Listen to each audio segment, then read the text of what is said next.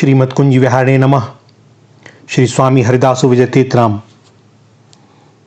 भैया, संसार के भी जितने भोग हैं, छोटे से छोटे और बड़े से बड़े, सबके सब अनित्य हैं। इनमें से कोई भी सदा रहने वाला नहीं। और दूसरी बात कि यह सब के सब भोग अपूर्ण हैं। कोई भी भोग ऐसा नहीं है जिसे प्राप्त करने के बाद हम यह अनुभव कर सकें कि अब और हमें कुछ नहीं चाहिए। तीसरी बात, भोग जितने अधिक होंगे उतनी ही हमारी भोगों की चाह अधिक बढ़ेगी, और जितनी बड़ी चाह रूपी अग्नि होगी उतने ही अधिक ईंधन की आवश्यकता होगी। यह नियम है। अतएव जिसके पास जितना बड़ा भोग समुदाय है उसकी भोगों की भूख उतनी ही बड़ी है, और जितनी बड़ी भोगों की भूख है उतना ही बड़ा उसका दुख है।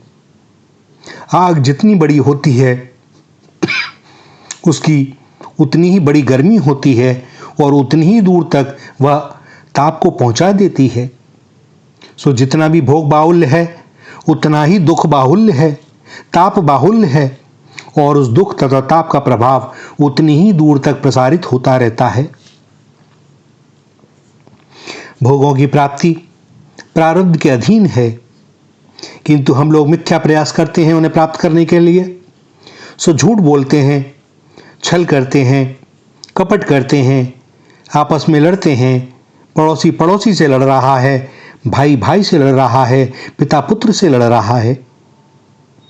ऐसा क्यों भैया? क्योंकि हमने मन में ऐसा मान रखा है कि हम अपना प्रयास करके अधिक भोगों की प्राप्ति कर लेंगे, अथवा हमारी कोई हानि हो रही है तो उससे अपने को बचा लेंगे। किंतु भाई, एक बात कहें, यह धारणा भ्रामक है।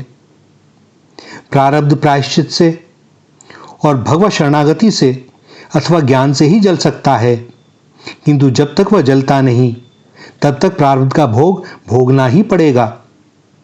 अवश्यमेव भोक्तव्यम कृतम कर्म शुभाशुभम।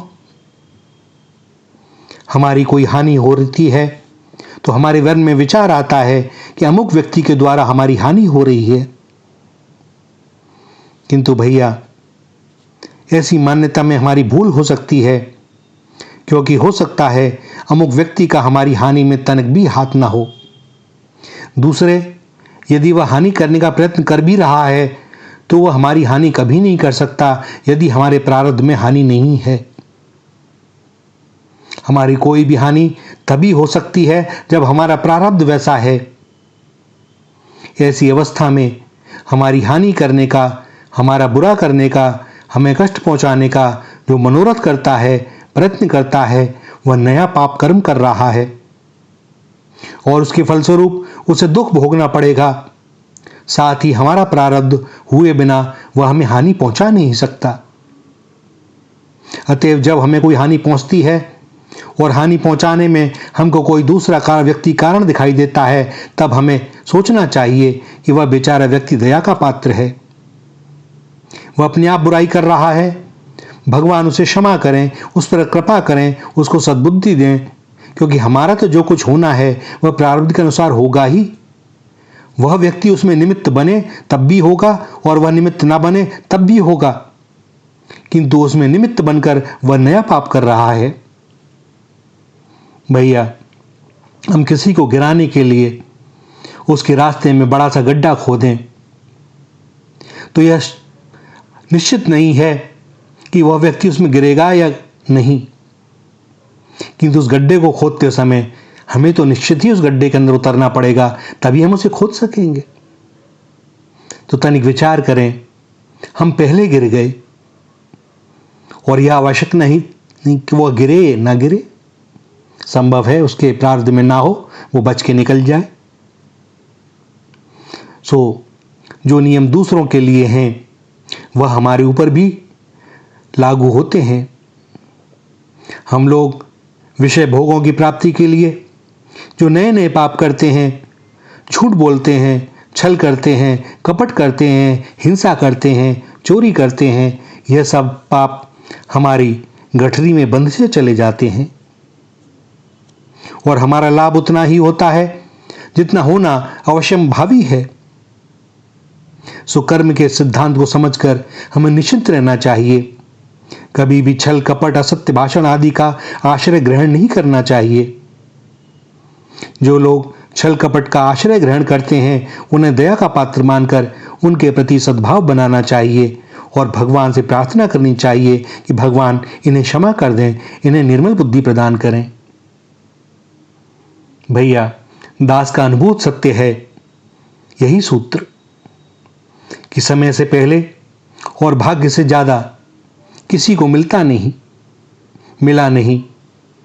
यदि आपके भाग्य में है तो उसे कोई ले सकता नहीं, और नहीं है तो आप कहीं से भी अनीतिपूर्वक उसको ले आइए, वह रहेगा नहीं।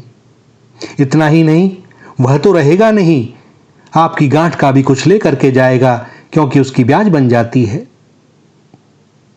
सो कर्म करते रहें, नीतिपूर्वक धर्माचरण करते रहें। जो भगवत इच्छा से मिल रहा है बस उसमें संतोष करें। दूसरे की थाली में घी जाता है, इससे मतलब नहीं। भगवान का हाथ जोड़कर प्रार्थना करें भगवान से कि हे नाथ, आपका मुझ पर बड़ा अनुग्रह है, मैं तो इस योग्य भी नहीं जो आपने मुझको दिया है, आपकी बड़ी कृपा है। और भैया, सत्य बात भी यही है, हमारी योग्यता से अधिक उन्होंने हमको दिया है। हमारी सारी आवश्यकताओं की पूर्ति वे करते हैं, उन्हें करनी ही है, हाँ, इच्छा या कामना की नहीं। तो सब समय स्मरण रखें कि भैया, जितने अधिक भोग उतनी ही इच्छा कामना बढ़ती चली जाएंगी। यह तो ऐसा है जैसे अग्नि में घी डालना, अग्नि और धधकेगी और कहां से लाओगे। उसके बाद एक स्थिति ऐसी बनेगी कि उस अग्नि के पास बैठना मुश्किल हो जाएगा।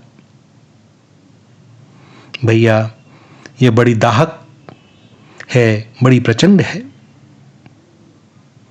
सो चेष्टा करें कि बस जो मिले सत्कर्म का मिले, और जो हमारे भाग्य में है वह हमें मिलकर रहेगा, यह पक्की बात है। हम अपने कर्तव्य को करते रहें, कर्म को करते रहें, बाकी सब भगवान समय पर जैसा हमारे लिए उचित समझेंगे करेंगे। पक्का विश्वास रखें, दृढ़ विश्वास रखें। वे बड़े दयालु हैं, कृपालु हैं, वे मंगल भवन अमंगलहारी हैं। वे जब भी करेंगे, जो भी करेंगे, हमारे मंगल के लिए करेंगे, और उनके रहते हमारा अमंगल कभी हो नहीं सकता। श्री राधा, श्री राधा, श्री राधा।